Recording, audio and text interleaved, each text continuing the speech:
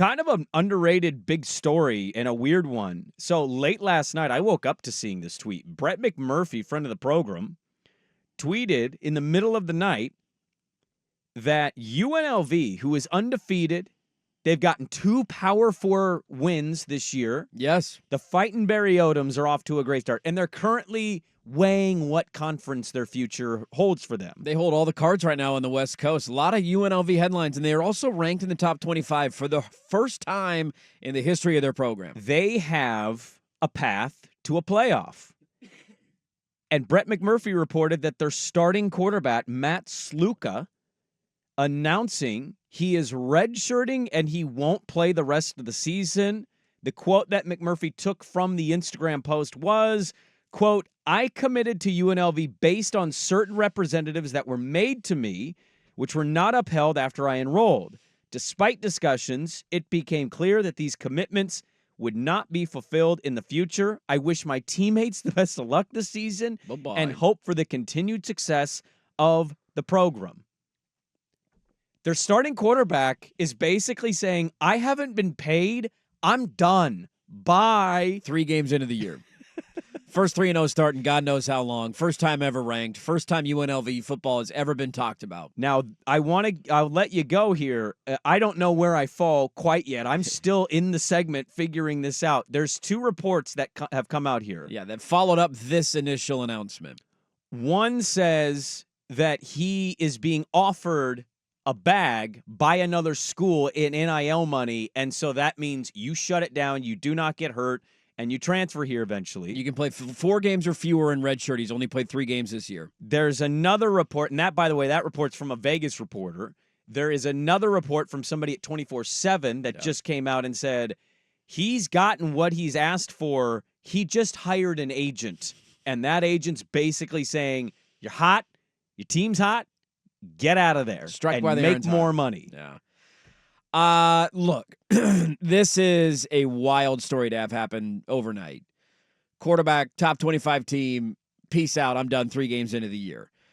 I am, at least as of now. Now, if more information comes out, I will change my stance on this. Absolutely, as we all should. As we should. As of now, I am taking the side of the quarterback here. Really? For a couple of different reasons, okay? All right. First off, they are undefeated. He's having a decent year. UNLV football is being talked about. Let's not sit here and pretend as if this dude's slinging it for 475 yards a game. You said a decent year. He has a 43.8 completion percentage. Yeah. 318 yards, and he has only 1 game where he's thrown for 100 yards. He's completed a total of 21 passes in 3 games. Well, he's also rushing. He's a dual threat. He's running the ball a ton. He's running the ball. He is running the ball a ton. He ran it all over Kansas, yes. And that was a big reason why they won that game, and that was a big, hilarious upset where they played at the MLS Stadium in Kansas City. Same with Houston. Ran the ball like crazy against them. So he's using his legs, not really throwing it a ton. I just have a hard time believing the immediate spin that comes out that is clearly from UNLV's camp, saying that a Power 4 school is offering this guy the bag. Like what? Like I get that this is a shady sport. I get that a lot of bad things happen, and yes, tampering without question exists, right?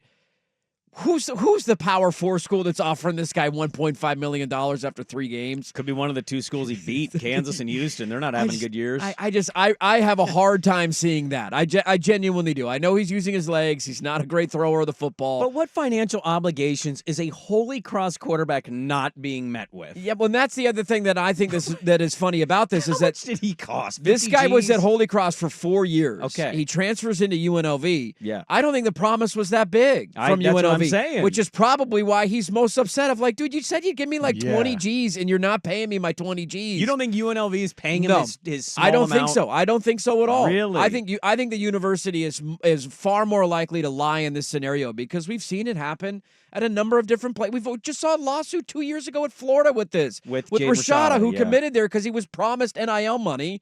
He got on campus. They made him sign his letter of intent, showed up, and they were like, just kidding. We're not going to pay you. Yeah. So, like, we've seen schools do this. So I know that there's shady agents.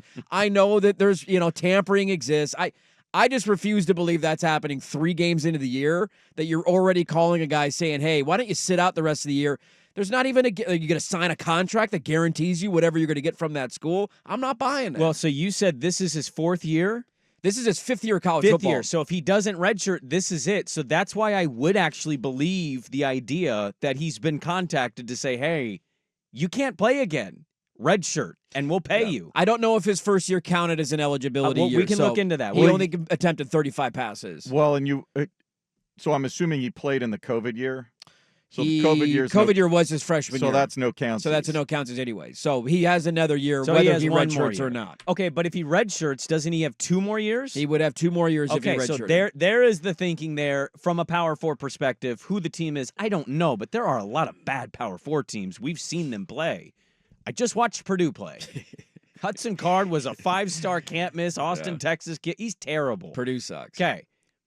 The part of this that lends me, because I saw this initially and I chuckled reading this from my bed, and I'm like, good for this kid. I'm tired of this. People need to be paid for their work, and if they're not being paid, stick it to the man. I loved this. And then I saw the 24/7 report that said he just acquired an agent.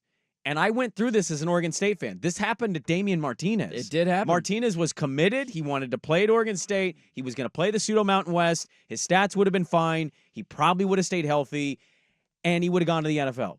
Then he hired an agent, and everything changed. And now he's at Miami. And he's getting some run at Miami, but he's not being talked about at Miami the way that people thought he would be. Agents in this business in college are not the NFL guys. These are the low-level agents looking to build the resume or looking to be the Drew Rosenhaus of college sports. And they're shady, and it's gross.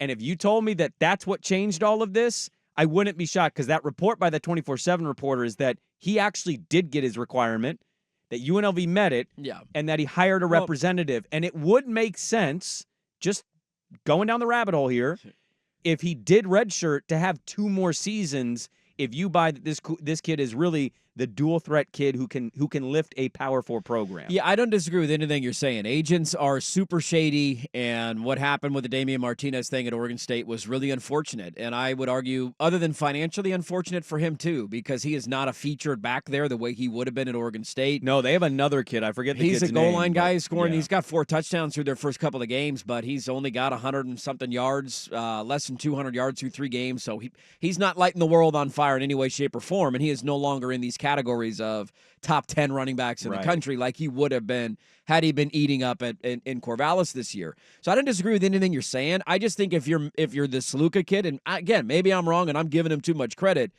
that's the hand you play in the offseason. That's the hand you play after a year. I have 1 more year of eligibility left. You're going to pay me X or I'm gone, or I'm going to demand this much more.